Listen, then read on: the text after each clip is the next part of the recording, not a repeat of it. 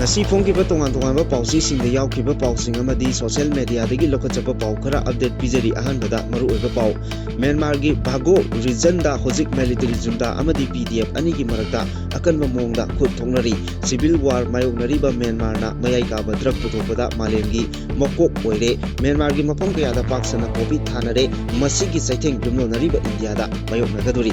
Popi Thabagi Umang Koktorokpada Birena, Nunang Pongokre, Yana Bachalabadi, Manipur Sunsoi than a Mankani Haina N Birena, Pongoragli, Henbung the Cookie in Manipur General Assembly, Homan Kibagi, May Hongare, MLA Haukolena Cookie, Sokole, Tadogi certificate to the surrender to Haina Pongoragli. Shanghai Festival the Sarup Yakiba reactionary artists sing business enterprises professional sing stall hankiba sing amadi lanai music warak watem nabagi ware lore haina z phaiki maki degi miyam da khangalagli kangpok bida lairiba naga sing masagi homeland da refugee da oiduna laire haina phondoragli Bharat ki President Draupadi Murmu December 13 da Manipur da lagtuna nupi langi thoronda sarup yagadori umang kokthokpa Popi Thaba Thingba Thamle Haina Pomai Naga Chidau Mai Mina Pongoroli Irang Matungda Mau Jitungda Kuki Amadi Metegi Nairuisingna Matokaramna Puna Leminari Bage Haibadu Utpa Peace Initiative Program Pangkokadori Donald Trump na America da India haiba wahi sizinabada atingba thangre Manipur gi singi tonganba budget ama tingnabagi wafam chana handanaba retired judge Aribam Navani Sori yauna advocate Marina Bharat ki president da memorandum thaduna tarsinkhre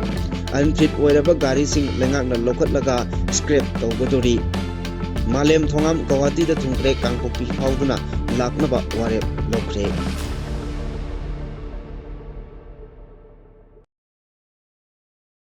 Hojik Pau Sandona Pijari Myanmar da Pangtokadoriba December gi Aroiba Saruk Amadi Mathang Sahi gi Anganba January gi Saruk da Pangtokani Haiduna Sem Sariba General Election gi Mangoinana Hojik Yamna Kana militant group sing Amadi military junta ani gi marakta khut thongnaba leptari masigi makhat chatharakpa saruk amada Bago region da lairiba Kyutin village ki junction amada Pantan Township ki mafam amada military junta amadi PDF ani gi marakta hoji akanma mongda khut thongnari ngarang dagi hawna akanma mongda khut thongnarakpa asida nakal animakta chauna asok apan amadi asiana yauramba yai haina panari adubu hawjikmaki oina nakal animakta mi kaya yamna asiana amadi asok apan yaurabage haibagi chaw paw chapchana phangba ngamdri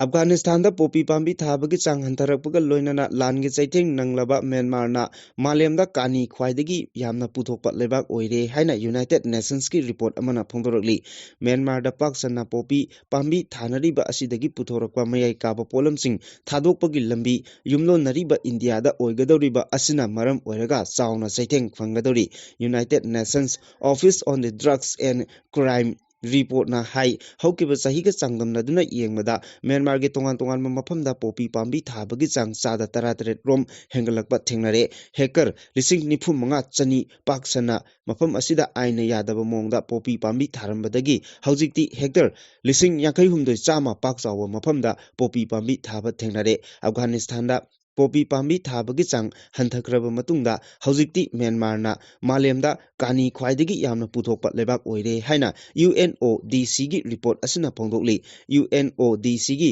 Southeast Asia and Pacific ki mihut oiriba Delphine Scarp na phongdokhibagi matung ina military junta amadi pro democracy group singi marakta thokliba lan asigi khudongchaba lauraga Myanmar da paksana popi pambi thabagi thorang lokolakpani kumjali singani kunmari ga changdamna duna yengbada sahi asigi oina Myanmar gi mafam ayambada paksana popi pambi thabagi thawong chatharakle lebak asida Tangdu Laitadaba Pibum Laibada Natana Masina Maram Oiraga Popi Pambi Thaba Amadi Kani Puthokpagi Thabak Thoramsing Khumang Chaksilakpani Haina UNODC gi report asina makatana phongdokli report asina hai malemgi oina Kani Mamal Hengalakpaga loinana kumjali singani 18 da hekpada ngairiba opium kg amagi mamal $195 piramba adu haujikti $418 yaure drug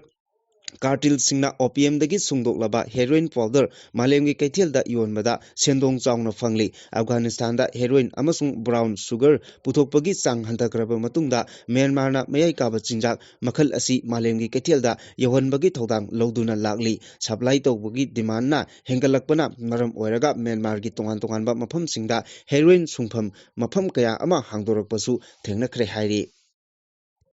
Popi thanaba paktaknana umang kokthorokpada hanagi chief minister N Birena nungnangba phongdokladuna singgi jaga singda mathok tawriba forest department gi official sing police sing umang kokthorokpada kari tawraga lei haina hangladuna yana ba chatlabadi Manipur mangkhragani haina phongdorakli. Kangpokpi district ki T Waisong subdivision gi manung chanba IT road ki Kotlen amasung Selsi Hill range ki singsang pareng paktaknana popi thanaba umang kokthorokpa utpagi video footage amaga loinana N Birena social media da thagalakpa warol amada aikoi masel singthanari ngai forest pumnamak pumloi loire popi thanaba forest pumnamak koktoklaba phawwa wahi ama phawwa haiba ngamdaba lusingmana pik thallaga leiramle lebak ase haiba wafam thamli mahana makhatana hai popi thanaba umang kokthorakpada singi mafamsing panariba forest department ge official sing police sing kari tawraga leige haina hangki yana ba chatlaga leirabadi Manipur mangkhragani chap chaba legal action lowdriba phawba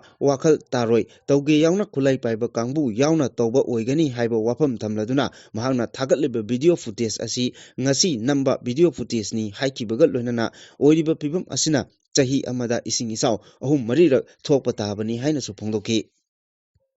Handak pangthokiba Sangai Festival da saruk yakiba reactionary artist sing business enterprises professional sing stall hangkiba sing amadi lanai miyoi sing warak watemnaba warep laure haina aina thingraba Manipur gi lalolu manga haibadi G5 Kangleipak Communist Party KCP gi H Ibomja Kanglei Yawal Kanba Luki C Langamba People's Revolutionary Party of Kangleipak Pripak ki CH Manglemba People's Revolutionary Party of Kangleipak Progressive ki L Ibo Chauba amadi United National Liberation Front UNLF ki KHH yoiheibana khuyek piduna thadokpa chor asina hairi haukiba November 19 da sahigi pangthokiba G5 ki mifamna warep asi lokhibani haukiba lisingani kulumdoi me ahumda chinkuki narco terrorist singna atamnana maitei singda landarakpadagi thorakiba lal asina maram oiduna lanjenaduna sanglaba sahi ani makhai muk henba matam asi relief camp singda lalgi awaba chaiteng khangduna liba IDP singbu lengak asina yumda hanjin hannaba amadi crisis asi loisinaba honabagi mahuta harau kumhaida hena thawai yauduna leiba matau asida IDP singna khamthengna khosaunabadagi haukiba November 19 dagi 30 fawba pangthokiba Manipur gi Sangai Festival singani 15 adu boycott tauki IDP singna Sangai Festival boycott tawriba asi maram chai amadi boycott tawnabagi lawrakiba phirep adu miyamna achumba tawpham thokpa amani haina lawduna paktaknana chogatuna solidarity utki yawolup manga G5 nasu IDP sing amadi miyamgi phirep asi chumi haina lawkibaga loinana moral support piki IDP singna Sangai Festival boycott tawgani haina lawthokiba asi October 13 dani Sangai Festival hogadaba numit 12 ni watlingai dani accountable oiba head of the state amani haijariba governor na IDP singbu kauduna unabiraga makhoigi wakatsing adu khanaraga isu adugi warusin puraknaba tawpham thokpani adubu governor na madu tawkide IDP singi awaba amadi wakatsing adu manada fawwa hapkide sumnagi numit mangani khakta ngairaba matamda amadi miyam pumbada boycott tawba yausilaklaba matamda CSO singda unanaba sebau tharaki madusu IDP singda lakide governor gi attitude asi Manipur bu makhoigi loilam oina lawba aduga Manipur miyambuna loi macha oina khanbani amoromda art and culture ga Manipur khunai da lawriba thawdang asi yamna chawi Manipur bu malemda masak takliba asi art and culture amadi sport nani artist singi manungda sumang lila hariba art form asina Manipur da khwaidagi luriba lawriba thawdang asi asuki matik chawi sumang lila asi aikhoigi khunai gi punsirolga tana thanaba yadraba Punsirogi tana thanaba yaroridaba ꯁꯦꯠꯇꯣꯛꯅꯕ ꯌꯥꯗꯅ ꯑꯃꯠꯇ ꯑꯣꯏꯅ ꯄꯨꯟꯁꯤꯟꯈ꯭ꯔꯕ art ꯃꯈꯜ ꯑꯃꯅꯤ ꯑꯗꯨꯕꯨ ꯂꯥꯏꯕꯛ ꯊꯤꯕꯗꯤ ꯁꯨꯃꯥꯡ ꯂꯤꯂꯥꯕꯨ ꯍꯤꯃꯥꯏ ꯆꯨꯝꯂꯤꯕ ꯃꯅꯤꯄꯨꯔꯒꯤ ꯁ꯭ꯇꯦꯠ ꯁꯨꯃꯥꯡ ꯂꯤꯂꯥ ꯀꯥꯎꯟꯁꯤꯜ ꯑꯁꯤ ꯑꯥꯔꯇꯤꯁ ꯑꯃ ꯑꯣꯏꯕꯒꯤ ꯏꯊꯤꯛꯁ ꯌꯥꯎꯗ꯭ꯔꯕ ꯃꯤꯑꯣꯏꯁꯤꯡ ꯂꯨꯆꯤꯡꯕ ꯑꯣꯏꯕꯗꯒꯤ ꯂꯩꯈꯥ ꯇꯥꯕ ꯍꯧꯔꯛꯂꯤꯕ ꯑꯁꯤꯅꯤ ꯍꯥꯏꯔꯤ ꯆꯦꯔꯣꯜ ꯑꯁꯤꯅ ꯃꯈꯥ ꯇꯥꯅ ꯍꯥꯏ ꯍꯟꯗꯛ ꯄꯥꯡꯊꯣꯛꯈꯤꯕ ꯁꯉꯥꯏ ꯐꯦꯁꯇꯤꯚꯦꯜ ꯑꯗꯨꯗ ꯃꯈꯣꯏꯅ ꯁꯨꯃꯥꯡ ꯂꯤꯂꯥꯕꯨ ꯂꯣꯏ ꯃꯄꯨꯁꯤꯡꯗ ꯌꯦꯡꯍꯟꯈꯤ ꯌꯦꯟꯊꯣꯛꯈꯤ ꯃꯁꯤꯗ ꯅꯠꯇꯅ ꯂꯤꯂꯥꯔꯣꯏꯁꯤꯡꯕꯨ ꯀꯤꯍꯟꯗꯨꯅ ꯃꯤꯌꯥꯝꯒꯤ ꯏꯍꯧꯒꯤ ꯃꯥꯌꯣꯛꯇ ꯂꯩꯍꯟꯈꯤ ꯃꯈꯣꯏꯅ ꯍꯥꯏꯕ ꯏꯟꯈꯤꯗꯕ ꯂꯤꯂꯥ ꯑꯦꯁꯣꯁꯤꯌꯦꯁꯟ ꯀꯌꯥꯕꯨꯁꯨ ꯑꯀꯤ ꯑꯈꯪ ꯄꯤꯈꯤ ꯍꯟꯗꯛ ꯀꯥꯎꯟꯁꯤꯜꯒꯤ ꯂꯨꯆꯤꯡꯕꯁꯤꯡ ꯑꯁꯤꯅ ꯂꯧꯈꯤꯕ ꯊꯕꯛꯁꯤꯡ ꯑꯁꯤ ꯏꯐꯨꯔꯨꯞꯇ ꯉꯥꯛꯄꯤꯐꯝ ꯊꯣꯛꯇꯕ ꯑꯔꯥꯟꯕ ꯑꯃ ꯂꯪꯖꯕꯅꯤ ꯃꯔꯝ ꯑꯗꯨꯅ ꯄꯥꯡꯊꯣꯛꯈꯤꯕ ꯁꯉꯥꯏ ꯐꯦꯁꯇꯤꯚꯦꯜꯗ ꯁꯔꯨꯛ ꯌꯥꯈꯤꯕ ꯔꯤꯑꯦꯛꯁꯅꯔꯤ ꯑꯥꯔꯇꯤꯁꯁꯤꯡ ꯕꯤꯖꯤꯅꯦꯁ ꯏꯟꯇꯔꯄ꯭ꯔꯥꯏꯖꯦꯁ ꯄ꯭ꯔꯣꯐꯦꯁꯅꯦꯜꯁꯤꯡ ꯁ꯭ꯇꯣꯜ ꯍꯥꯡꯂꯤꯕ ꯑꯃꯗꯤ ꯂꯅꯥꯏ ꯃꯤꯑꯣꯏꯁꯤꯡꯕꯨ ꯋꯥꯔꯛ ꯋꯥꯇꯦꯝꯅꯕ ꯋꯥꯔꯦꯞ ꯂꯧꯈꯤꯕꯅꯤ ꯋꯥꯔꯦꯞꯁꯤꯡ ꯑꯁꯤꯒꯤ ꯃꯇꯨꯡ ꯏꯟꯅ ꯃꯤꯌꯥꯝꯒꯤ ꯃꯥꯌꯣꯛꯇ ꯂꯩꯗꯨꯅ ꯁꯉꯥꯏ ꯐꯦꯁꯇꯤꯚꯦꯜ ꯁꯔꯨꯛ ꯌꯥꯈꯤꯕ ꯂꯤꯂꯥ ꯄꯥꯔꯇꯤ 3 ꯁꯅꯥꯂꯩꯕꯥꯛ ꯅꯥꯆꯣꯝ ꯑꯥꯔꯇꯤꯁ ꯑꯦꯁꯣꯁꯤꯌꯦꯁꯟ ꯁꯨꯝꯊꯥꯡ creative artists association Kamakhya Sangeet Mandal अमदी समादोन artist association असी चलिबा डिसेंबर 10 दगी 2023 की डिसेंबर 10 फाउबा चाही अमा लीला सानब थिंगले हौजिक मणिपुर स्टेट सुमंग लीला काउंसिल की प्रेसिडेंट ओरिबा लाइस्रम तोंबा अमदी काउंसिल असिगी लाइफ टाइम सेक्रेटरी ओरिबा सौग्राकपम हेमंता अतोप मिंग तोलहन हारिबा मियोय अनि असी सही असिगी डिसेंबर 10 दगी हौरगा 2019 की डिसेंबर 10 फाउबा चाही अहुम सुमंग लीला यावबा नत्रगा सुमंग लीलागा मरी लेनबा थबक अमता तौबा याररोय हाइना अथिंगबा थमले चेरोसन हाई काउंसिल की एल तोंबा अमदी लाइफ टाइम सेक्रेटरी ओरिबा सौग्राकपम हेमंतना चलिबा डिसेंबर 10 फाउबगी मनुंगा काउंसिल की प्रेसिडेंट अमदी लाइफ टाइम सेक्रेटरी की फॉर्मदगी रिजाइन तौगदबनी लोनना संगाई फेस्टिवल दा लोइलम लंगा की कोलैबोरेशन ओइना थबक तौखिबा रिएक्शनरी आर्टिस्ट सिंह बिजनेस इंटरप्राइजेस प्रोफेशनल सिंह सोल हांगलिबा सिंह अमदी लनाई मियोइसिंग पुमनमक सही असिगी डिसेंबर 10 फाउबगी मनुंगा लेबाक मियामदा सोइख्रे लानख्रे हाइना सेंगदोरकदबनी हाइना अकनबा वाफम थमलगली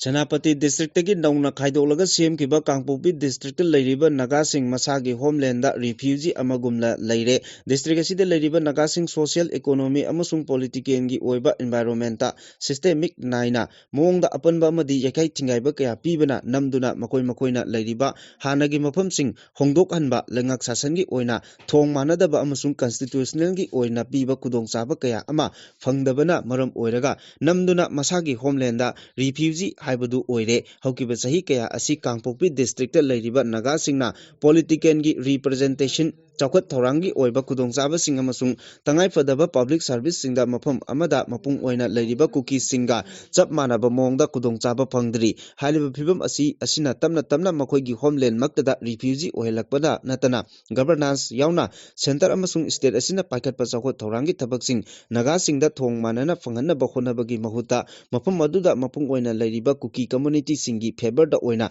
थबक तौरी असिगुंबा कॉन्स्टिट्यूशनल क्राइसिस अमदी फंफम थोकपा हकसिंग फंगदबना मरम ओइरगा डिस्ट्रिक्ट अदुदा लैरिबा नागा मियामसिंग पेंदबा कया पिक थले मरम अदुना हारिबा इशू सिंग असिदा स्टेट गवर्नमेंट अमसुंग सेंट्रल गवर्नमेंट खुद थिंजिंदुना नागा सिंगदा मानबा सियर अदु फंगनबा होनफम थोई स्टेट अमदा निंगथौ पालिंगै मतम महाराजा बुद्ध चंद्र की मतमदा मणिपुर की ट्राइब सिंगी ओइबा एडमिनिस्ट्रेटिव फ्रेमवर्क अमगिदमक मणिपुर पीपल्स रेगुलेशन 1998 असी सेमखिबनी अदुबु स्टेट दरबार अमसुंग ब्रिटिश पॉलिटिकल ऑफिसर सिंगी एडवाइस का लोइनना ड्राफ्ट तौखिबा एडमिनिस्ट्रेटिव फ्रेमवर्क अमगी मखादा सिंगी एरियादा एडमिनिस्ट्रेटिव सर्कल मापल सेमखी हारिबा एडमिनिस्ट्रेटिव सर्कल सिंग अदुगी मनुंगदा दिसादा सर्कल नंबर 1 असिसु अमनी मसिगी मतुंग तारकपदा 1994 दा मणिपुर की अहानबा डेमोक्रेटिक इलेक्शन असी मणिपुर की महाराजा अमसुंग मणिपुर स्टेट काउंसिल ना सेमखी लोइनना कमिटी असिना सिंगी एरिया की ओइना कॉन्स्टिट्यूशन 39 वैली की ओइना कॉन्स्टिट्यूएंसी 30 हमदन कॉन्स्टिट्यूएंसी की ओइना अहुम अमसुंग एजुकेशनल अमदी कमर्शियल इंटरेस्ट की ओइना अनि पुनः constituency 52 सेमखी अदुबु कोइरेंगै सादर तमा amadi Lemakong Assembly Constituency ki manungda leiriba khulsing asi matung tarakpada tongan-tonganba administrative circle singi makada thambaga loinana sakhangki lising chamapan nifumapal gi September 18 da Manipur merger agreement sign tongrakhraba matung Manipur asi Republic of India gi saruk ama oiki loinana lising chamapan yangkai da Union Territory gi makada Manipur asi district ama kaktang oina sakhanglambadagi matamgi matung ina tamna khaidoknaraktuna Kangpokpi district asi official oina lauthoraki loinana district asi gi subdivision mapan asisu kuki singna namna tariba jaga singda thamki indigenous oiriba naga singi lam asi geographically oina puna khunda leitaramba kaya adu political gi oina tokhai khaidokre maramaduna Kangpokpi district ta leiriba naga kolsing asigi phongphom thokpa administrative khudongchaba sing amasung district governance tagi phanggadaba khudongchaba kaya adu amata phangba ngamdre haina phongdorali Sahi ani makai helaba Manipur gi irang asida thenglabsu thengna India gi President Draupadi Murmu December 13 da Manipur da lakpaga loinana December 12 da pangthokadoriba nupi lal gi thoramdasu saruk yaraba yai hairi hiramasi gi matangda pause asina phangba pauge matung ina President Draupadi Murmu December 13 gi ayuk ta Imphal da thunglaba matungda ahing ama yareklaga mathangki numit December 12 da pangthokadoriba nupi lal gi thoramdasu saruk yagani hairi Mangna December 13 da Imphal da thunglaba matungda Senapati district ta chattuna tribal luchingba sing unaduna wari sanagani loinana Manipur da thokleba irang asina maram oiraga Kangpokpi da lanjenaduna leiriba IDP singasu unaraba yai President Draupadi Murmu na Raj Bhavan da ahing ama yarektuna December 12 da pangthokadoriba nupi lal gi thoramdasu saruk yagani hairi Mangna Imphal leiringai manungda tongan-tonganba lamdam asigi nupi gi luchingba singamadi lanjenariba singasu unaraba yai hairi panba yabadi mamang tha November 13 ta India ki Chief of Army Staff General Upendra Dwivedi Manipur da mahausa ki tangdu leitaba phibam makhatana leirabadi President Draupadi Murmu Manipur da laklaba yai haina phongdokpasu laikhrabani Paumai Naga Sidaumai igi Anisuba Federal Assembly na Lokiba Ware Matungina Paumai Furuki Miyoi Singna Kundariba Mafam Singda Environment Kannaba Thorang Kaya Lokalagani Hairi Lubasina Thadorok Pachirolamana Hai Environment Kannabagi Pandamda Lup Asigi Federating Unit Pumna Magna Paumai Furuki Miyoi Singna Kundariba Mafam Singda Umang Koktokpa Popi Pambi Thaba Ganja Pambi Thaba Amadi Environment ta Akaiba Thogalakadaba Thabak Chauram Sing Paikatpa Thingnaba Thorang Lokakadabani Kanagumba Lanai Miyoi Natraga Miyoi Kanglup Natraga Kungang Singda Athingba Asigi Mayokta Thabak Tawramba Thoklabadi Maduda Thorakpa Afafata Pumnamaki Teksak Masana Pujagadabani PNTM na Lauthukiba Wafam Sing asi Mapung Phana Thabakta Ondoknabagi Matangda Matik Chaba Tawrang Lokotpa Loire Hiramasida Naha amasung Ahal Yauna Khulgi Ahal Singna Mapung Phaba Mateng Pangbiu haina appeal Torokli Hauzik Hingliba Miyoi Sing asi Khakta Natana Tungi Mirolgi Khallaga Environment ki Phibam Kaihandana Thamnabagi Matangda Miyam Puna Thabak Tawminaba Tawrang Lokot Minarasi Hari Saitu Assembly Constituency ki MLA Haukolet Kipgena Kuki NP Manipur ki General Assembly Pangthok Handuna Kuki ki agenda da sogot kibagi thawong adu thado purupta namthak tawbagal loinana thajaba manghan bani haina thado NP Manipur na thadok pa chirol amana phongdorakli chirol asina makhata na hai apun bagi saktam da chawna singnaraduna masagi khungang henbung da MLA Haukolet Kipgena December amadagi manga fawba Kuki NP Manipur ki General Assembly Pangthok na bagi ayaba pikiba adu thado purup amadi Manipur da Kundaminariba Yellow Puruk Kudingmaki Mayokta Labor Torang Amani Henbungi Village Sipsu Oiriba Masamaksu Thado Puruki Manung Saliba Haukolet Kipgena Kuki gi Thausilda Sogatnaba Pirep Lorok Pasi Laibak Thibani Thado Singdi Manipurgi Yellow Purupni Mapandagi Changlakpa Mitop Singna Semjin Chajinba Kuki Puruki Manung Chande MLA Masamangna Nakal Amaronda Thado Puruki Miyoi Haijabagal Loinana Atopa Nakal Amadana Kuki Puruki Miyoi Haribasi Masagi Kutongchaba Lownaba Honabani Hari Cherosina Hai Kumja Lisingani Kunmarida Guwahati da Pangthokiba Thado Convention Lisingani Kunmarida MLA Haukolet Kipgen Saruk Yakhide Mifam aduda Thado Hariba Puruk asi Kuki Nati Haina Warep Lownakibani MLA Asina Thado Community gi International Amadi Thado Student Association gi Luchingba Singna Pressure Piraga Thado Haiba Top Topa Sakam asi Thohanaba Thorang Lokhatki Atingba Kayagi Marakta Thado Convention Pangthokraba Matungda KNF na Mifam adu Sili Langlingai Liba Organizing Committee ki members singda kihan khangan kibagi thawong kaya marumsu chathaki mamangda thokiba thodok amagi matangda chirol asina hai kumja lisingani kulumdoida kangpokpida pangthokiba hun thado cultural festival MLA Haukolet Kipgen masamak thado oina pokpani amasung thado oina sigani haina lauthokpa leiki adubu masagi khungkangda Kuki Inpi Manipur gi General Assembly pangthok handuna thorang lokotliba asi mamangda mahangna phungdokkiba wafamsing adu yumpham yaudabani haiba utpaga loinana miyambu lamna lamjingnaba honabani hairi Kuki Inpi Manipur gi mifam pangthok hanaba thorang lokotpaga loinana mifam pangthoknaba sel fawba thadabagi thong asi thadok conclave lisingani tara manga amadi thadok convention lisingani kunmari da lawkiba warep singi wangmadani oirakliba phibam asi yenglaga thadok inpi manipurna MLA Haukolet Kipgenda makhatana chogotlaroi mahangna paikatliba thabak thoramsing thadok purukka karigumba hiram amatada mari lainararoi MLA Haukolet masamak thadok puruki miyoi natraga Kukira haibadu miyamda mayek sengna lauthokadabani mahangna karigumba kukini haiba tarabadi any Kuki tribe category manung chanba maramna thadok tribe ki certificate adu surrender togodabani hainasu Zerosna makhatari State asida kangluk ki irang thokiba chahi ahum rom asida singi khul ama oiriba mapau jingtunda Manipur amasung India gi atopa state singda matau karamna mafam aduda Kuki amasung maitai sing punna leiminari bano haibagi tonganba message ama pinabagi pandamda mapau jingtunna host oiduna Manipur Peace Initiative program pangthokani haina Solskjaer Christian College na thadorokpa chirol amana hairi chirolsna hai tha asigi marida Nidi Home Academy Solskjaer Christian College amasung mapau jingtun village na punna sinduna mapau jingtun da leiba Nidi Home Academy campus da Manipur Peace Initiative program asi pangthokadabani program asi maru oina matau karamna mafam aduda maitei amasung Kuki community singna hojik phawba punna leiminari bage haibadu mayek sengna utkani ing lising ani kulhumdoi gi Meda thokiba hingsagi thodok matung mapau jingtunda maitei amasung Kuki community anigi angangsing amasung naha oiriba miyoi kyana makhatana mahi masing taminaba amasung leiminaba yamna pikpa mafam amani irang asina maram oiraga Manipur gi tongan ba mafam kayada mono ethnic line amadi buffer zone mafam khaidoklabasu hariba mafam asida leiriba classroom amasung hostel singda Kuki amasung maitai sing punna leiminari thoramsigi mangoinana Nidi Home Academy gi co-founder su oiriba Solskjaer Christian College ki principal Dr. Archans na phongdokpada mapau jingtun gi khongsat asi state asida leiriba pumna makini mafam asida tongan ba community singi mahairoi sing tambala I ungkatnariba district amada angang singna mafam asida tawriba asigumna tawragadi Manipur da leiriba adults singna apunba amuk hana leminabagi lambi adu soidana phangba ngamgani haibadu Nidi Home Academy mapau jingtun da pangthokadoriba Manipur Peace Initiative program asida media organizers church amasung community gi body sing yauna student body sing amadi masida interest leiba miyosingna saruk yabiyu haina appeal torokli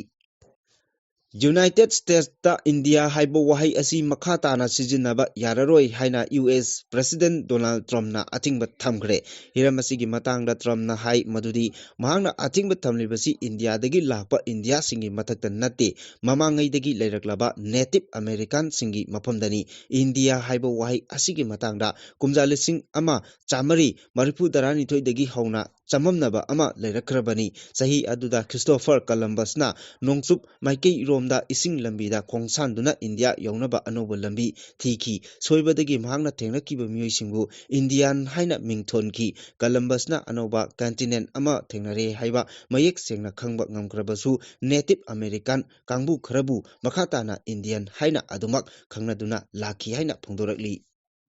Manipur gi singi tonganba budget ama thamnabagi wafam adu constitution gi wangmada oiba maramna madubu chana handanaba Manipur dagi miyoi mangana saba India gi President Draupadi Murmu da memorandum ama thaduna taksinkre President da thakiba memorandum adu hanagi District and Session Judge Aribam Natunisori Advocate Sorokaibam Rabindra Advocate Mangsatabam Manglem Advocate Okram Inaubi amasung Advocate Irengbam Jugesorna khuyek piduna thakibani Bharat ki President da pisinkiba memorandum aduda palliba wafam singdi Manipur gi singi tonganba budget ama thamnabagi matangda miyoi amana Manipur gi governor da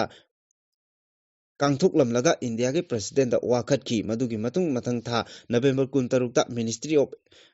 Finance ki Deputy Director Rakesh Banagarna wafam adubu khananaba office da memorandum ama thaki matam aduda ningsingba yabadi Article 371 asigi makada Manipur Legislative Assembly gi Hill Area Committee asi kumja lising chamapan humbudra ni thuida semki committee asiga mari leinaba maru oiba thabak thoram singda governor na thodang lauribani maram aduna Hill Area ga mari leinaba thabak thoram singi matangda India ge President yohonge hairabadi governor gi kutangda chatkadabani matang asida governor kanthoklam laga kanagumba miyoi amana constitution gi authority amagum governor ga leng manana thabak tawba yade karigumba tawramba taragadi madu constitution gi article 371c khongauna baga chap manai loinana governor gi constitutional authority da ikaiba bibani haina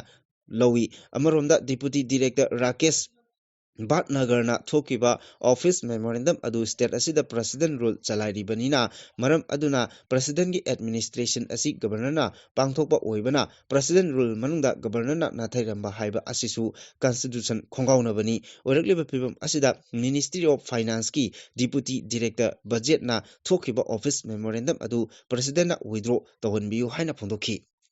Sahi yamlaba unfit oiraba makal khudingi gari sing transport department na lokhatlaga skep olagani masigi matangda additional chief secretary Anurag Vajpayee na notice ama thokre notification adugi matung inna the all life vehicle ni haina loba yaraba gari sing haibadi restart tawbagi matam hendoklaba registration cancel tawraba motor vehicle act and rule gi makhada state tawbada fit oidre haina lauthoklaba amadi nature disaster da maram oiraga Natraga accident na maram oiduna natraga karigumba kharadagi amangata thoklaba gari sing end of life vehicle ni haina logani karigumba asigumlaba gari sing transport department na central motor vehicle scrapping facility rules lisingani kunma thoigi makada lokhatlaga authorized vehicle scrapping facility singi khutangda thugaiduna mangalagani haina su khanghalli amaromda sahi 15 dagi kun phawbagi manungda leiba gari sing fitness certificate pairabadi nauna register tobagi ayaba pigani hainasu khangalakli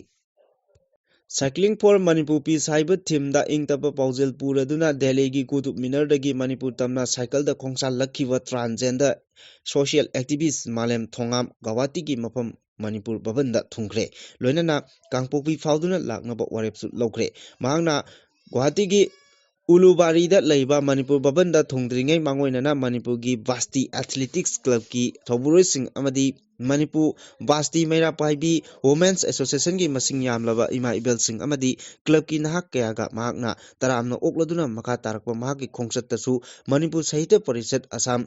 Kamrup District Committee gi senior leaders singsu taramna okhi hairi taramna okpagi kudong saba adu lauraduna Malem Thongamna mahaki maikaidagi khongsat asigi mai pakpa khongsat ama ohenabagi damak Assam gi tongan tongan mafam singda soina takraba ireisa singna su pangba yaba mateng pangbiu haina haijaki hairi mahaki khongsat adugi matangda parishad ki maikaidagi di khudong thiba mayok nagadaba mafam singdi makhatana cycle da chalhaningdabagi apambasu phongdoraki adubu Malem Thongam gi maikaidagi di adumak makhatana kangpokpi phauduna chatpagi phirep hongba leiroi miyamna mateng pangbiu haijaki hairi Makha tarakpa aroiba paulda editorial kalamdagi machangoiba ama lokhatchari madudi thokleiba irang asida anoba puwari ama semnaba honaroidabani Miyoibagi khangba nganbagi pangkhai ama lei pangkhai adu wangma lankrabadi miyoibana sa olakpada kanana su thingba ngamloi miyoiba haibasi khwaidagi wakal puning leiba puning wakal sizinaba haiba thawai panba jiba singi manungda luchingba amani haina singthanarabasu sa olakpa mikupta masa mapa Masa Manau amadi khunaibu masak khanglakte haibasi puwarina adumak taksarabani numit taba leite haina malemgi lebak singna kok nonduna ikai khumnaba utpada natana masa masagi lam phawba pithoktuna loilam laingak oikibagi wari aikoi khudimangna tanaraba khangnaraba ngaktani numit taba leite hainariba lairik laisuda setmit londa lanmida Khuchu khulaida lamba leitraba British ka thengnabada karisu oikhidaba aikhoigi lai oikhraba ipa ipu singna makhoigi maringjel adubu maya kumhanki maiteidi kanagi mafamdasu lankhidaba yeknaba amatasu thamkhidaba kangbuni hanjilaklabadi handaba thongna ama lei haibadu masagi khudamni ꯀꯨꯝꯖꯥ 1974-1973ꯒꯤ ꯑꯦꯡꯒ꯭ꯂꯣ-ꯃꯅꯤꯄꯨꯔ ꯋꯥꯔꯅ ꯇꯥꯛꯂꯤ ꯃꯗꯨꯗꯤ ꯉꯁꯤꯁꯨ ꯑꯩꯈꯣꯏꯒꯤ ꯏꯄꯥ-ꯏꯄꯨꯁꯤꯡꯒꯤ ꯁꯤꯡꯂꯤꯗ E ꯃꯔꯤꯛ ꯑꯃ ꯆꯦꯜꯂꯤꯕ ꯃꯈꯩ ꯁꯤꯕ ꯀꯤꯗꯦ, ꯃꯤꯒꯤ ꯃꯤꯈꯥ ꯄꯣꯟꯅ ꯍꯤꯡꯒꯗꯕ ꯁꯔꯨꯛ ꯃꯤꯀꯨꯞ ꯑꯃꯠꯇ ꯑꯣꯏꯔꯕꯁꯨ ꯅꯤꯡꯈꯥ ꯇꯝꯅ ꯍꯤꯡꯖꯒꯦ ꯈꯟꯈꯤꯕ ꯑꯩꯈꯣꯏꯒꯤ ꯏꯄꯥ-ꯏꯄꯨꯁꯤꯡꯅꯤ꯫ ꯕ꯭ꯔꯤꯇꯤꯁꯀꯤ ꯃꯀꯣꯛ 5 ꯀꯪꯂꯩꯄꯥꯛꯀꯤ ꯃꯌꯣꯜꯗ ꯀꯦꯟꯈꯤꯕ ꯑꯗꯨꯃꯛꯅ ꯏꯄꯥ-ꯏꯄꯨꯁꯤꯡꯒꯤ ꯊꯧꯅꯥꯕꯨ ꯉꯁꯤꯁꯨ ꯃꯥꯂꯦꯝꯒꯤ ꯃꯤꯌꯥꯝꯅ ꯈꯪꯅꯔꯤꯕꯅꯤ꯫ ꯂꯣꯏꯅꯅ ꯏꯟꯗꯤꯌꯥꯒꯤ ꯅꯤꯡꯇꯝꯕꯗꯒꯤ ꯅꯣꯡꯃ ꯉꯟꯈꯠꯅ ꯀꯨꯝꯖꯥ 1898ꯒꯤ ꯑꯥꯒꯁꯠ 14ꯗ ꯅꯤꯡꯈꯥ ꯇꯝꯕ ꯄꯤꯈꯤꯕ ꯑꯗꯨ ꯉꯁꯤꯒꯤ ꯃꯤꯔꯣꯜ ꯑꯁꯤꯅ ꯀꯥꯎꯅꯈ꯭ꯔꯕꯒꯨꯝ ꯇꯧꯔꯦ꯫ ꯄꯨꯝꯅꯃꯛ ꯑꯗꯨ ꯃꯩꯇꯩ ꯈꯛꯀꯤ ꯋꯥꯐꯝ ꯅꯠꯇꯦ, ꯀꯪꯂꯩꯄꯥꯛ ꯑꯁꯤꯗ ꯍꯤꯡꯃꯤꯟꯅꯈꯤꯕ ꯆꯤꯡꯕꯨꯔꯣꯏ ꯇꯝꯕꯨꯔꯣꯏ ꯄꯨꯝꯅꯃꯛꯀꯤ ꯑꯃꯠꯇ ꯑꯣꯏꯕ ꯂꯤꯡꯖꯦꯜꯅ ꯄꯨꯔꯛꯈꯤꯕꯅꯤ ꯍꯥꯏꯕ ꯉꯁꯤꯒꯤ ꯃꯤꯔꯣꯜꯅ ꯀꯥꯎꯅꯔꯛꯂꯕꯗꯤ ꯏꯄꯥ-ꯏꯄꯨꯁꯤꯡꯗ ꯂꯪꯖꯕ ꯊꯣꯛꯀꯅꯤ꯫ ꯅꯨꯡꯁꯤ ꯆꯥꯟꯅꯅ ꯍꯤꯡꯃꯤꯟꯅꯔꯛꯄ ꯀꯪꯂꯩꯄꯥꯛ ꯑꯁꯤ ꯀꯨꯀꯤ ꯅꯥꯔꯀꯣ ꯇꯦꯔꯣꯔꯤꯁꯁꯤꯡꯅ ꯂꯩꯕꯥꯛ ꯃꯆꯥ ꯇꯥꯗꯕ ꯑꯄꯤꯛꯄ ꯋꯥꯈꯜꯅ ꯑꯄꯨꯟꯕꯒꯤ ꯁꯛꯇꯝ ꯊꯨꯒꯥꯏꯅꯕ ꯃꯈꯜ ꯀꯌꯥꯒꯤ ꯂꯥꯂꯣꯡ ꯆꯠꯊꯔꯛꯄ ꯑꯁꯤ ꯆꯍꯤ 2 ꯃꯄꯨꯡ ꯐꯥꯈ꯭ꯔꯦ, ꯍꯦꯟꯈ꯭ꯔꯦ꯫ ꯆꯍꯤ ꯁ꯭ꯇꯦꯠ ꯑꯃꯗꯤ ꯏꯟꯗꯤꯌꯥꯒꯤ ꯂꯩꯉꯥꯛꯀꯤ ꯑꯄꯨꯟꯕꯒꯤ ꯁꯛꯇꯝꯗ ꯁꯤꯡꯅꯔꯛꯂꯕꯗꯤ ꯆꯞ ꯆꯥꯕ ꯊꯕꯛ ꯂꯧꯈꯠꯀꯅꯤ ꯍꯥꯏꯕ ꯏꯟꯗꯤꯌꯥ ꯂꯩꯉꯥꯛꯅ ꯇꯠꯇꯅ ꯂꯥꯎꯗꯨꯅ ꯂꯥꯛꯂꯤ꯫ ꯃꯥꯂꯦꯝꯒꯤ ꯂꯩꯕꯥꯛꯁꯤꯡꯒꯤ ꯃꯅꯨꯡꯗ ꯁꯨꯄꯔ ꯄꯥꯋꯔ ꯂꯩꯕꯥꯛ ꯑꯃ ꯑꯣꯏꯔꯛꯀꯅꯤ ꯍꯥꯏꯅ ꯂꯥꯎꯖꯔꯤꯕ ꯏꯟꯗꯤꯌꯥꯅ ꯀꯨꯀꯤ ꯅꯥꯔꯀꯣ ꯇꯦꯔꯣꯔꯤꯁꯁꯤꯡ ꯊꯦꯡꯅꯕ ꯉꯝꯗꯕ ꯍꯥꯏꯕꯁꯤ ꯃꯅꯨꯡꯗ ꯀꯔꯤ ꯂꯥꯂꯣꯡ ꯆꯠꯊꯔꯤꯕꯒꯦ ꯍꯥꯏꯕꯁꯤ ꯍꯪꯗꯕ ꯉꯝꯗꯦ꯫ ꯍꯧꯈꯤꯕ ꯆꯍꯤ 2019 ꯃꯦ 3ꯗꯒꯤ ꯆꯠꯊꯔꯛꯂꯤꯕ ꯃꯤꯑꯣꯏꯕꯒꯤ ꯂꯤꯆꯠ ꯅꯠꯇꯕ ꯀꯨꯀꯤ ꯅꯥꯔꯀꯣ ꯇꯦꯔꯣꯔꯤꯁꯁꯤꯡꯒꯤ ꯆꯩꯊꯦꯡ ꯃꯅꯤꯄꯨꯔꯒꯤ ꯃꯤꯌꯥꯝꯅ ꯐꯪꯂꯤ꯫ ꯑꯁꯤꯒꯨꯝꯕ ꯇꯦꯔꯣꯔꯤꯁꯁꯤꯡꯒꯤ ꯈꯥꯡꯕ ꯉꯝꯗ꯭ꯔꯕ ꯇꯝꯄꯥꯛꯇ ꯂꯩꯔꯤꯕ ꯃꯩꯇꯩꯁꯤꯡꯅ ꯀꯨꯀꯤꯁꯤꯡꯅ ꯋꯥꯈꯜ ꯇꯥꯔꯛꯄ ꯉꯁꯤꯁꯨ ꯉꯥꯏꯔꯤ꯫ ꯑꯗꯨꯕꯨ ꯋꯥꯈꯜ ꯇꯥꯔꯛꯄꯗꯤ ꯂꯥꯏꯔꯗꯅ ꯏꯟꯗꯤꯌꯥ ꯂꯩꯉꯥꯛꯀꯤ ꯃꯇꯦꯡ ꯂꯧꯔꯒ ꯍꯦꯟꯅ ꯅꯋꯥꯡꯂꯛꯄ ꯑꯁꯤꯅ ꯃꯩꯇꯩꯁꯤꯡꯅ ꯉꯁꯤꯗꯤ ꯀꯔꯤ ꯐꯤꯔꯦꯞ ꯂꯧꯔꯛꯀꯗꯒꯦ ꯍꯥꯏꯕ ꯉꯝꯂꯛꯇ꯭ꯔꯦ꯫ ꯏꯟꯗꯤꯌꯥ ꯂꯩꯉꯥꯛ, ꯃꯅꯤꯄꯨꯔ ꯂꯩꯉꯥꯛ ꯑꯃꯗꯤ ꯀꯨꯀꯤ ꯂꯥꯂꯧꯕꯁꯤꯡꯒꯤ ꯃꯔꯛꯇ ꯀꯨꯝꯖꯥ 2009ꯗꯒꯤ ꯆꯠꯅꯔꯛꯂꯤꯕ ꯁꯁꯄꯦꯟꯁꯟ ꯑꯣꯐ ꯑꯣꯄꯔꯦꯁꯟ ꯁꯨꯒꯤ ꯆꯍꯤ ꯑꯁꯤꯒꯤ ꯐꯦꯕ꯭ꯔꯨꯋꯥꯔꯤ 18ꯗ ꯃꯇꯝ ꯂꯣꯏꯈ꯭ꯔꯕꯁꯨ ꯃꯃꯥꯡ ꯆꯍꯤꯒꯤ ꯑꯣꯛꯇꯣꯕꯔ 18ꯗ ꯍꯣꯝ ꯃꯤꯅꯤꯁꯇ꯭ꯔꯤꯒꯤ north east advisory A.K. Mishra ꯑꯃꯗꯤ ꯏꯟꯇꯦꯂꯤꯖꯦꯟꯁ ꯕ꯭ꯌꯨꯔꯣꯒꯤ ꯑꯣꯐꯤꯁꯤꯌꯦꯜꯁꯤꯡꯒ ꯔꯥꯎꯟꯗ 3ꯔꯛꯇ ꯀꯨꯀꯤ ꯖꯣ ꯂꯥꯂꯧꯕꯁꯤꯡꯒ ꯋꯥꯔꯤ ꯁꯥꯅꯗꯨꯅ ꯔꯤꯚ꯭ꯌꯨ ꯇꯧꯈ꯭ꯔꯦ ꯍꯥꯏꯕꯁꯤ ꯃꯤꯌꯥꯝꯅ ꯇꯥꯕꯗ ꯅꯣꯛꯅꯤꯡꯕ ꯐꯥꯎꯅꯈꯤꯕ ꯉꯥꯛꯇꯅꯤ꯫ ꯀꯪꯂꯩꯄꯥꯛꯇ ꯊꯣꯛꯂꯤꯕ ꯏꯔꯥꯡ ꯑꯁꯤ ꯁꯥꯟꯇꯤ ꯍꯟꯖꯤꯜꯂꯛꯂꯦ ꯍꯥꯏꯅ ꯕꯤ.ꯖꯦ.ꯄꯤꯅ ꯂꯨꯆꯤꯡꯕ ꯏꯟꯗꯤꯌꯥ ꯂꯩꯉꯥꯛꯅ ꯇꯣꯏꯅ ꯍꯥꯏꯔꯕꯁꯨ ꯇꯝꯄꯥꯛꯇ ꯂꯩꯔꯤꯕ ꯁꯨꯒꯤ ꯀꯦꯝꯞꯁꯤꯡ ꯁꯤꯡ ꯑꯃꯨꯛ ꯊꯝꯒꯅꯤ ꯍꯥꯏꯕ ꯋꯥꯐꯝꯁꯤꯗ ꯑꯃꯨꯛ ꯀꯔꯝꯕ ꯑꯅꯧꯕ ꯂꯥꯂꯣꯡ ꯍꯥꯏꯕꯗꯨ ꯇꯝꯕ ꯉꯝꯗꯕ ꯑꯃ ꯑꯣꯏꯔꯤ꯫ ꯖꯨꯟ 19 ꯊꯣꯛꯈꯤꯕ ꯑꯗꯨ ꯉꯝꯈꯩꯒꯤꯗꯃꯛꯇꯅꯤ, ꯊꯋꯥꯏ 19 ꯀꯠꯈꯤꯕꯅꯤ꯫ ꯑꯁꯨꯛ ꯃꯊꯣꯡ ꯍꯣꯛꯇꯕ ꯀꯨꯀꯤꯁꯤꯡꯒꯤ ꯊꯧꯑꯣꯡꯗ ꯏꯟꯗꯤꯌꯥ ꯂꯩꯉꯥꯛꯅ ꯃꯩ ꯌꯥꯡꯁꯤꯟꯅꯕ ꯍꯣꯠꯅꯔꯛꯂꯤꯕ ꯑꯁꯤ ꯂꯝꯗꯝ ꯑꯁꯤꯒꯤ ꯑꯄꯨꯟꯕꯒꯤ ꯁꯛꯇꯝ ꯉꯥꯛꯇꯨꯅ ꯊꯝꯕ ꯉꯝꯒꯅꯤ ꯍꯥꯏꯕꯒꯤ ꯊꯥꯖꯕ ꯃꯤꯌꯥꯝꯗ ꯆꯤꯡꯅꯕ ꯐꯥꯎꯔꯛꯂꯦ꯫ ꯀꯨꯀꯤꯁꯤꯡꯒꯤ ꯅꯤꯡꯉꯥꯏꯗ ꯑꯩꯈꯣꯏ ꯈꯨꯗꯤꯡꯃꯛ ꯌꯦꯡꯗꯨꯅ ꯂꯩꯔꯁꯤꯔꯥ ꯍꯥꯏꯕꯁꯤ ꯉꯁꯤꯃꯛ ꯃꯥꯡꯗ ꯇꯥꯔꯤꯕ ꯑꯆꯧꯕ ꯋꯥꯍꯪ ꯑꯃꯅꯤ꯫ ꯀꯨꯀꯤ MLA 10ꯒꯤꯅ ꯅꯤꯡꯉꯥꯏ, MLA 94ꯒꯤꯅ ꯊꯦꯝꯕ ꯉꯝꯒꯗꯧꯔꯤꯕ꯭ꯔꯥ ꯍꯥꯏꯕꯁꯤꯁꯨ ꯃꯥꯡꯗ ꯇꯥꯗꯨꯅ ꯂꯩꯔꯤꯕ ꯌꯥꯝꯅ ꯃꯔꯨꯑꯣꯏꯕ ꯋꯥꯍꯪ ꯑꯃꯅꯤ꯫ ꯁꯦꯟꯇꯔ ꯑꯃꯗꯤ ꯁ꯭ꯇꯦꯠ ꯂꯩꯉꯥꯛ ꯑꯃꯁꯨꯡ ꯀꯨꯀꯤꯁꯤꯡꯒꯤ ꯂꯨꯆꯤꯡꯕꯁꯤꯡꯒ ꯊꯣꯛꯂꯤꯕ ꯏꯔꯥꯡ ꯑꯁꯤ ꯂꯣꯏꯁꯤꯟꯅꯕ ꯋꯥꯔꯤ ꯁꯥꯅꯕ ꯍꯧꯔꯝꯂꯁꯨ ꯃꯥꯏ ꯄꯥꯛꯇꯅ ꯃꯈꯥ ꯇꯥꯅ ꯆꯠꯊꯗꯅ ꯂꯩꯈ꯭ꯔꯦ꯫ ꯏꯔꯥꯡ ꯑꯁꯤꯒꯤ ꯋꯥꯔꯣꯏꯁꯤꯟ ꯄꯨꯔꯛꯄ ꯉꯝꯗꯕꯗꯒꯤ ꯁ꯭ꯇꯦꯠ ꯑꯁꯤꯗ ꯂꯩꯔꯝꯕ ꯕꯤ.ꯖꯦ.ꯄꯤ ꯂꯩꯉꯥꯛꯁꯨ ꯂꯨꯆꯤꯡꯕ ꯃꯄꯥꯜꯒꯤ ꯀꯥꯟꯅꯕ ꯂꯩꯇꯕꯗꯒꯤ ꯃꯈꯣꯏ ꯃꯁꯦꯜꯒꯤ ꯃꯔꯛꯇ ꯐꯝ ꯃꯨꯟꯅꯔꯛꯄꯗꯒꯤ president rule ꯊꯝꯖꯤꯟꯗꯨꯅ governor Ajay Kumar ꯚꯜꯂꯥꯅ ꯂꯩꯉꯥꯛ ꯁꯥꯁꯟ ꯄꯨꯝꯅꯃꯛ ꯄꯥꯏꯁꯤꯜꯂꯤ꯫ ꯄ꯭ꯔꯦꯁꯤꯗꯦꯟ ꯔꯨꯜ ꯊꯝꯂꯕꯅꯤꯅ ꯁ꯭ꯇꯦꯠ ꯑꯁꯤꯗ ꯑꯅꯧꯕ ꯑꯑꯣꯟꯕ ꯈꯔꯗꯤ ꯄꯨꯔꯛꯂꯒꯅꯤ ꯍꯥꯏꯕꯒꯤ ꯊꯥꯖꯕꯁꯨ ꯃꯤꯌꯥꯝꯅ ꯊꯝꯂꯝꯕꯅꯤ꯫ ꯑꯗꯨꯕꯨ ꯃꯤꯌꯥꯝꯅ ꯊꯝꯈꯤꯕ ꯊꯥꯖꯕ ꯑꯗꯨꯗꯤ ꯄ꯭ꯔꯦꯁꯤꯗꯦꯟ ꯔꯨꯜ ꯂꯩꯉꯥꯛꯅ ꯃꯄꯨꯡ ꯐꯥꯅ ꯄꯥꯏꯈꯠꯄ ꯉꯝꯗꯅ ꯂꯩꯔꯤ꯫ ꯑꯃꯔꯣꯝꯗ ꯍꯟꯗꯛꯇ ꯖꯝꯃꯨ ꯀꯥꯁꯃꯤꯔꯒꯤ ꯄꯍꯜꯒꯥꯝ ꯂꯝ ꯀꯣꯏꯕ ꯃꯤꯑꯣꯏ 15 ꯌꯥꯎꯅ ꯂꯣꯀꯦꯜ ꯑꯃ ꯄꯨꯟꯅ ꯃꯤꯑꯣꯏ 16 ꯇꯦꯔꯣꯔꯤꯁꯁꯤꯡꯅ ꯍꯥꯠꯈꯤꯕ ꯑꯗꯨꯒꯤ ꯂꯃꯟ ꯈꯨꯝꯕ ꯑꯣꯏꯅ ꯏꯟꯗꯤꯌꯥꯅ ꯖꯝꯃꯨ ꯑꯦꯟড ꯀꯥꯁꯃꯤꯔꯒ ꯇꯥꯏꯅꯕ ꯇꯦꯔꯣꯔꯤꯁꯁꯤꯡꯒꯤ ꯀꯦꯝꯞꯁꯤꯡꯗ ꯑꯀꯟꯕ ꯂꯥꯟꯗꯥ ꯆꯠꯊꯈꯤ꯫ ꯃꯁꯤꯗ ꯃꯔꯨ ꯑꯣꯏꯅ ꯇꯦꯔꯣꯔꯤꯁꯠꯀꯤ ꯃꯥꯌꯣꯛꯇ ꯆꯠꯊꯈꯤꯕ ꯑꯀꯟꯅꯕ ꯏꯟꯗꯤꯌꯥꯒꯤ ꯊꯧꯔꯥꯡꯅꯤ꯫ ꯍꯧꯖꯤꯛ ꯁ꯭ꯇꯦꯠ ꯑꯁꯤꯗ ꯀꯨꯀꯤ ꯅꯥꯔꯀꯣ ꯇꯦꯔꯣꯔꯤꯁꯁꯤꯡꯅ ꯆꯠꯊꯔꯤꯕ ꯑꯁꯤꯁꯨ ꯃꯄꯥꯟ ꯂꯝꯗꯒꯤ ꯆꯪꯁꯤꯜꯂꯛꯄ ꯏꯜꯂꯤꯒꯦꯜ ꯏꯃꯤꯒ꯭ꯔꯦꯟꯠꯁꯤꯡꯅ ꯏꯟꯗꯤꯌꯥꯒꯤ ꯏꯟꯇꯤꯒ꯭ꯔꯤꯇꯤꯗ ꯏꯐꯣꯡ ꯐꯣꯡꯅ ꯁꯤꯡꯅꯕ ꯑꯃꯅꯤ ꯊꯕꯛꯁꯤꯡꯅꯤ꯫ ꯃꯔꯝ ꯑꯗꯨꯅ ꯖꯝꯃꯨ ꯑꯦꯟড ꯀꯥꯁꯃꯤꯔꯗ ꯆꯠꯊꯔꯤꯕ ꯇꯦꯔꯣꯔꯤꯁꯠꯁꯤꯡꯒꯤ ꯍꯤꯡꯁꯥ ꯌꯥꯏꯇꯝꯕꯒꯤ ꯊꯧꯗꯣꯛ ꯑꯗꯨꯒ ꯄꯥꯎꯈꯨꯝ ꯏꯟꯗꯤꯌꯥꯅ ꯄꯤꯕꯒꯨꯝ ꯉꯁꯤꯃꯛ ꯃꯅꯤꯄꯨꯔꯗ ꯀꯨꯀꯤ ꯅꯥꯔꯀꯣ ꯇꯦꯔꯣꯔꯤꯁꯠꯁꯤꯡꯅ ꯆꯠꯊꯔꯤꯕ ꯍꯤꯡꯁꯥꯒꯤ ꯊꯧꯗꯣꯛꯁꯤꯡ ꯑꯁꯤꯒꯤ ꯄꯥꯎꯈꯨꯝ ꯄꯤꯐꯝ ꯊꯣꯛꯇꯕ꯭ꯔꯥ?